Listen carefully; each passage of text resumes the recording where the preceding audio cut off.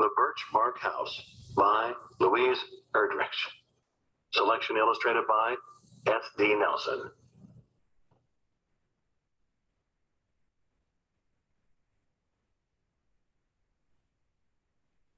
Omakayas is returning home from an errand.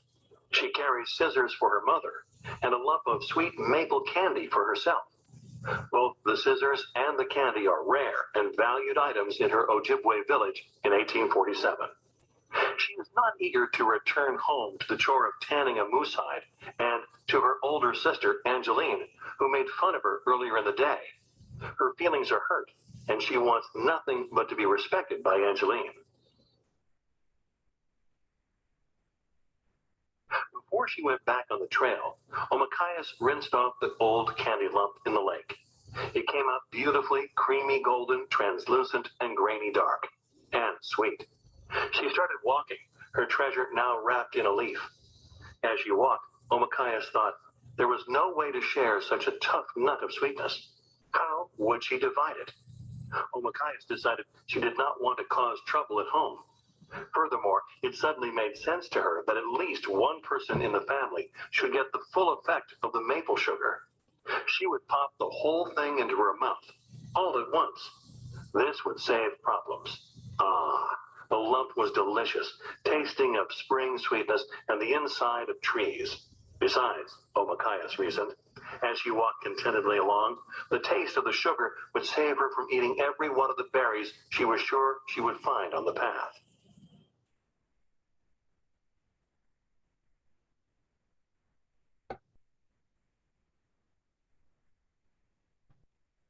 Omakayas' feet moved slower and even slower yet. For one thing, the moose hide waited. For another, she was still angry with her older sister and didn't want to see Angeline. She could still feel that sister foot pressing hateful on her back. If only there was some way to impress Angeline, cause her envy, make her say, "Can I have some of those berries, please, please, please?"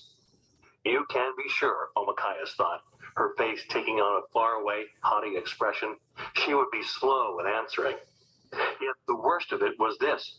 Her sister was usually on her side, helping her plan tricks on the other children in the village, or gathering new ferns, or snaring rabbits, visiting the grave houses looking for sugar or food left for the spirits, tossing off her clothes to swim with her.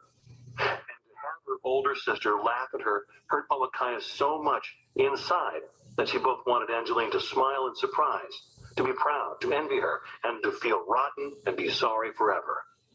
So Omakayas took the slow way back, looking for odamen, little red heartberries, in the sunny margins of the woods near the ground. She carefully removed the hard lump of sweetness from her mouth, stuck it back in its leaf just inside the pocket of her dress. Just as the taste of maple sugar faded along her tongue, she bent over, pushed back delicate leaves, and found masses of plump red little berries. 1, 2, 3. She'd eaten a huge handful. Another. She grinned, thinking that she'd allow her sister to return with her to plunder them, but only if Angeline changed her ways.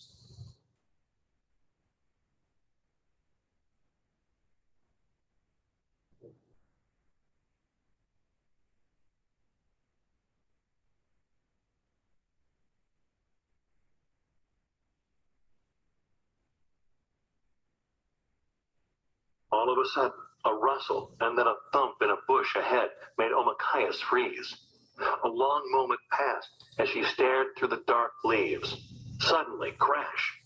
2 bear cubs burst from the bush and rushed pell-mell, tumbling head over heels straight for her. They came on in such a hurry that they didn't see Omakayas until they were nearly in her lap, and then, with comical looks of shock, they tried to stop themselves. One flew flat on its face, bumping its nose and squealing. The other twisted in mid-air and landed in a heap on the ground, shaking its head in confusion at Omakayas. The bear boys looked at her. Slowly, she put out her open hand, filled with heartberries. Curious, the cubs jumped forward, lost their nerve. They scampered backward, and then crept forward shyly again. The smaller cub seemed slightly bolder and sniffed at Omakaya's hand.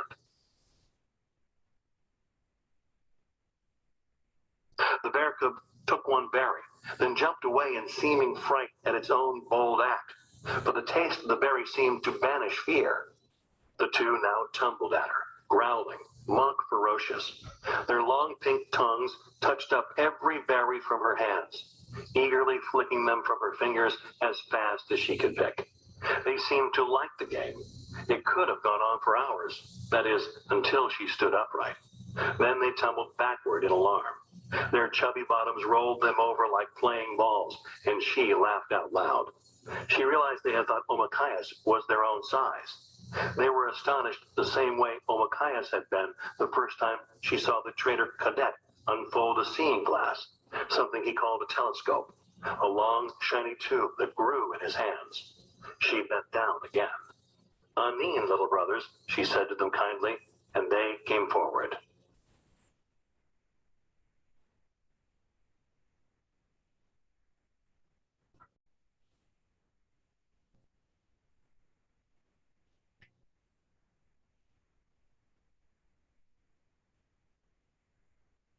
She looked around. No mother bear. Omakayas was well aware that she shouldn't stay so close to these cubs, but after all, they seemed deserted. She looked around again. They were orphans. Perhaps the mother bear's skin was now draped across old Tallow's bed, although she hadn't heard about a recent kill. But still, no mother bear in sight, and these little ones so hungry. Wouldn't her big sister be thrilled when Omakayas returned with these two new brothers? Eagerly, Omakayas began to plan out her triumphant walk back to the house. She would enter the little clearing with the cubs, one at her heels and one before her. Everyone would make way, impressed. She would lead the bear cubs around the fire 4 times before she presented one of them to Angeline, who would look at her with new respect. There was no warning. One moment, Omakayas was wiggling a leafy stick, making it move on the ground so the cubs would jump on it, fighting fiercely. Then, next moment, she found herself flipped over on her back and pinned underneath a huge, powerful, heavy thing that sent down a horrible stink. It was the sow bear, the mother, breathing on her a stale breath of decayed old deer hides and skunk cabbages and dead mushrooms. Oh, wow. The surprising thing was, Omakayas realized later, that although she had no memory of doing so, she had the scissors out of their case and open, the sharp ends pointing at the bear's heart. But she didn't use them as a knife. She knew for certain that she should not move. If the bear began to bite and claw, she would have to plunge the tip of the scissors straight in between the bear's strong ribs, use all of her strength, sink the blade all the way into the rounded hilt, and then jump clear, if she could, while the bear went through its death agony. If she couldn't get clear, Omakayas knew she would have to roll up in a ball and endure the bear's fury. She would probably be clawed from head to foot, bitten to pieces, scattered all over the ground. Until the mother bear made the first move, Omakayas knew she should stay still, or as still as possible, given the terrified jumping of her heart.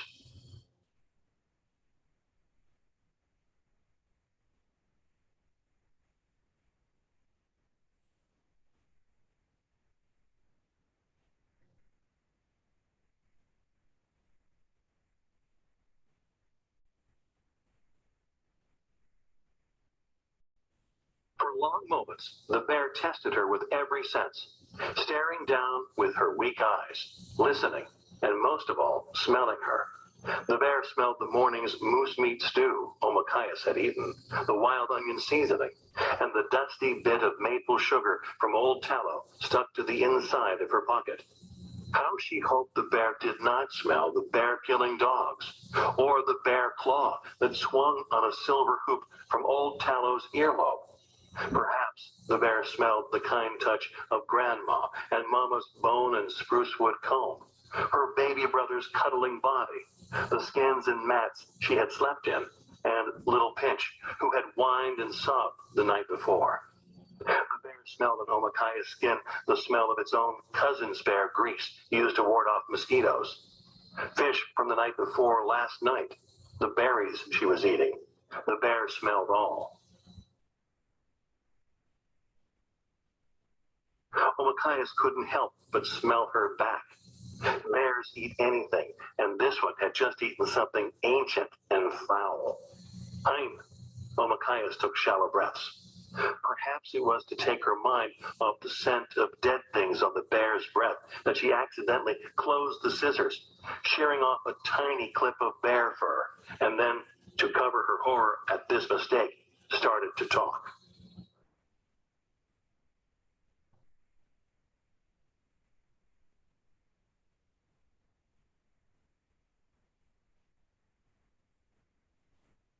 Nokomis, she said to the bear, calling her grandmother, I didn't mean any harm. I was only playing with your children. Gawino Jida, please forgive me. The bear cuffed at Omakayas, but in a warning manner, not savagely to hurt.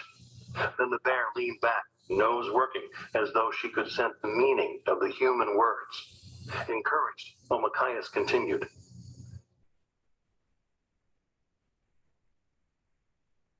I fed them some berries. I wanted to bring them home, to adopt them, have them live with me at my house as my little brothers. But now that you're here, grandmother, I will leave quietly. These scissors in my hands are not for killing, just for sewing. They are nothing compared to your teeth and claws.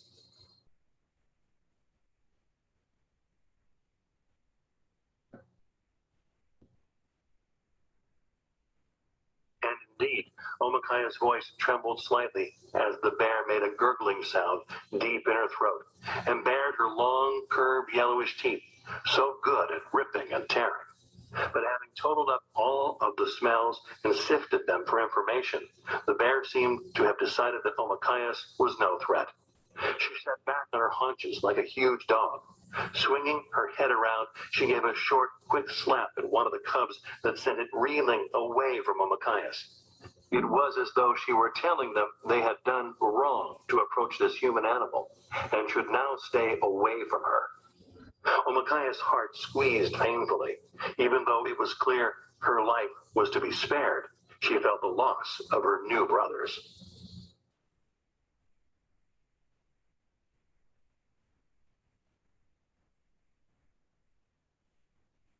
I wouldn't ever hurt them, she said again. The little cubs piled against their mother clung to her. For a long moment the great bear sat calmly with them, deciding where to go. Then, in no hurry, they rose in one piece of dark fur. One bear boy broke away, again tried to get near Omakayas. The other looked longingly at her, but the big bear mother abruptly nosed them down the trail.